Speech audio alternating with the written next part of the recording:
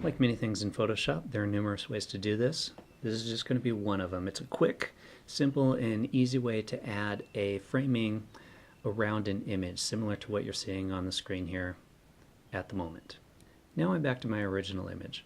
It's a good idea to have the width and height in the form of whole numbers versus like a 8.25 or 10.5. So what I'm talking about here is if you go to image, image size, you can see this is at 8.623.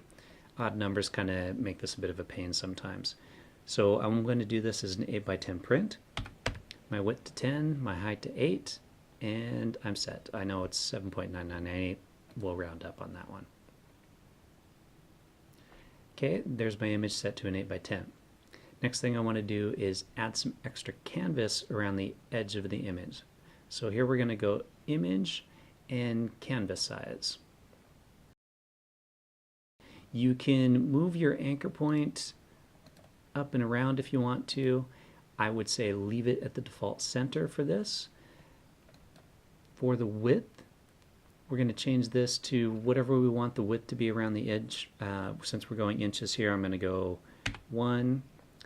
And for height, I'm going to go 1.5. I like to have a little bit more space on the top and bottom of my framing. You can go 1 to whatever you want it to be. Next thing you want to do is make sure that this relative checkbox is checked. And then the last point is you want to go canvas extension color. White, gray, whatever, go other. I'm going to go black with this one. But you could go red, orange, blue, whatever you want your color scheme to be. So I select my black,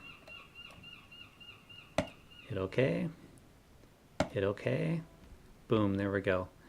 And it's pretty much that simple. This is just a quick method of putting a framing around your image if you need to do that. I'm going to show you a little bonus here.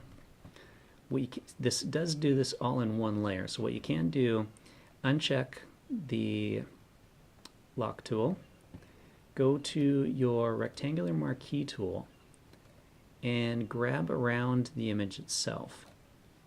Just go around it, hit the delete button, and you notice what it's doing here is it deleted that image, but it kept my black framing. Let's say I want to save this as a template because I've messed with it and I like how it is. So I'm going to just save it as a Photoshop template.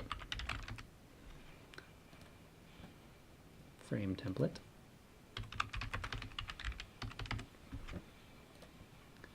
Okay, now that I've saved it, I want to potentially put another image in here so that way I don't have to necessarily go through those extra steps. Let's say you've customized the edge around this for whatever reason.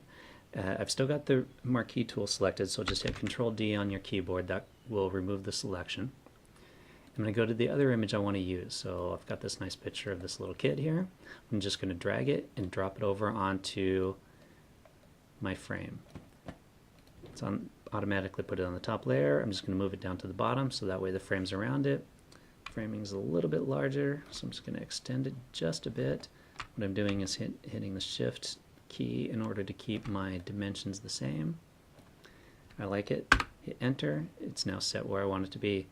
So you can kind of do this over and over and over again rather than having to go through that.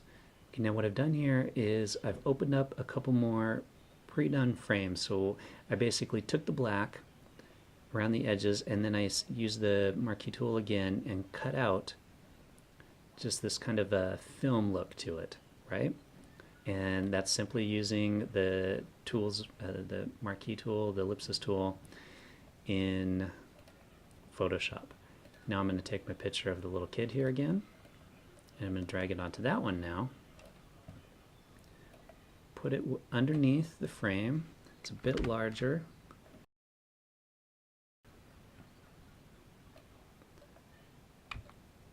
And once again, I'm holding a little,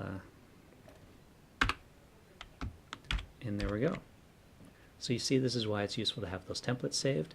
You can do that if you want or not. Hope this was useful. Quick tutorial.